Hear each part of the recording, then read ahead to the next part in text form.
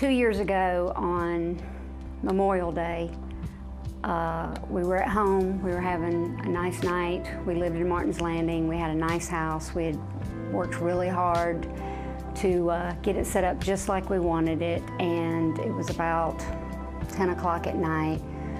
We started hearing some sort of funny noise. Our neighbors had been out partying, and Steve went outside to see what it was, and the next door neighbor's son had put some fireworks in the trash can, and he burned both of our houses down. And it was a total loss, and luckily we got out of the house. We got our dog out of the house, our cat out of the house, the motorcycle, the Harley out of the house, and both of our cars, but everything else was a total loss. And we pretty much sat across the street and watched our house burn.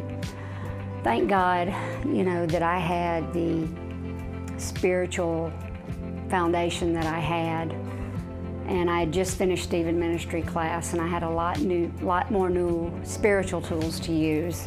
And so we got through that, and a month later my mom was diagnosed with lung cancer. She immediately went into treatment, and she fought the cancer for about 10 months, and April 1st of last year my mom passed away, and I was there the last 2 weeks of her life. I was there with her when she took her last breath in this world. And that's a gift that I would have missed had I not been sober, and had I not taken that time to rebuild that relationship with my mother and be there with her when she needed me. And that was just the hardest thing I ever did, but it was also the biggest gift that I was ever given. I never really understood when people said, it's hard to be there, but you want to be there when someone passes, and then you have it happen and you understand it. And I was able to walk through that.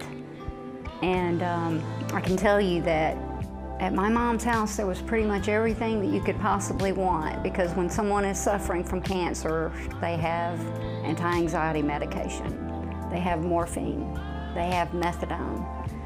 And I was one of the 2 people that were comfortable enough to give it to her. And without having that foundation of sobriety and that foundation of that's not my business, and having the foundation of knowing that I was there to do God's work and help my mother, there was never a temptation to take any of those medications. There was never a temptation to drink, as painful as it was, and I got through that.